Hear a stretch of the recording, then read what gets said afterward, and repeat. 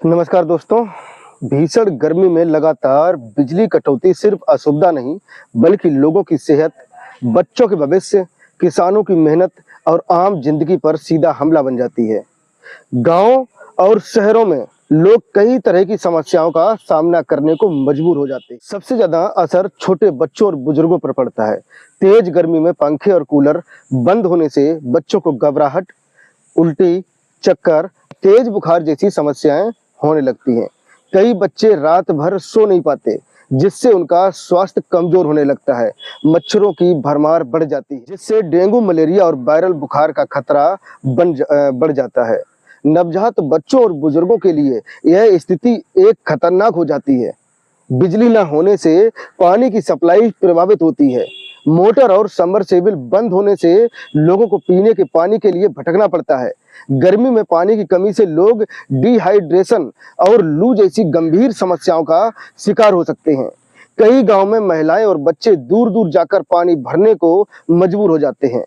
रात में बिजली कटने से लोगों की नींद पूरी नहीं हो पाती है। लगातार कई दिनों तक नींद खराब होने से मानसिक तनाव, चिड़चिड़ापन और कमजोरी बढ़ने लगती है।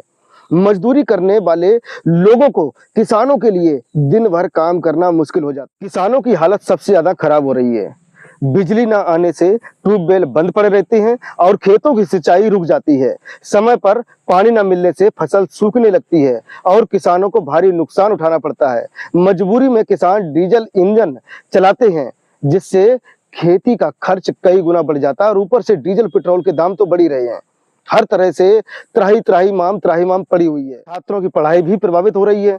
रात में बिजली ना होने से बच्चे पढ़ नहीं पाते। हालांकि छुट्टियां चल रही हैं, लेकिन फिर भी पढ़ाई होती है। ऑनलाइन पढ़ाई और मोबाइल चार्जिंग तक प्रभावित हो जाती है।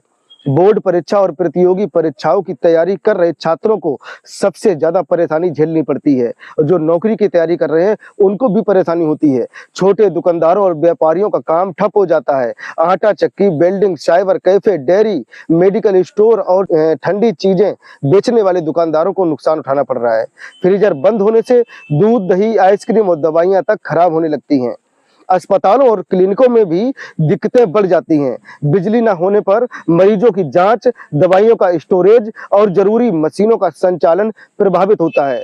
ग्रामीण क्षेत्रों में जहां बैकअप की सुविधा नहीं है, वहां मरीजों की जान तक खतरे में पड़ सकती है।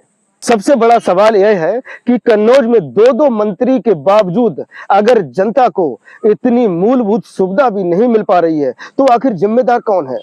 जनता अब सिर्फ वादे नहीं, बल्कि जमीन पर राहत चाहती है। गर्मी अभी और बढ़नी बाकी है।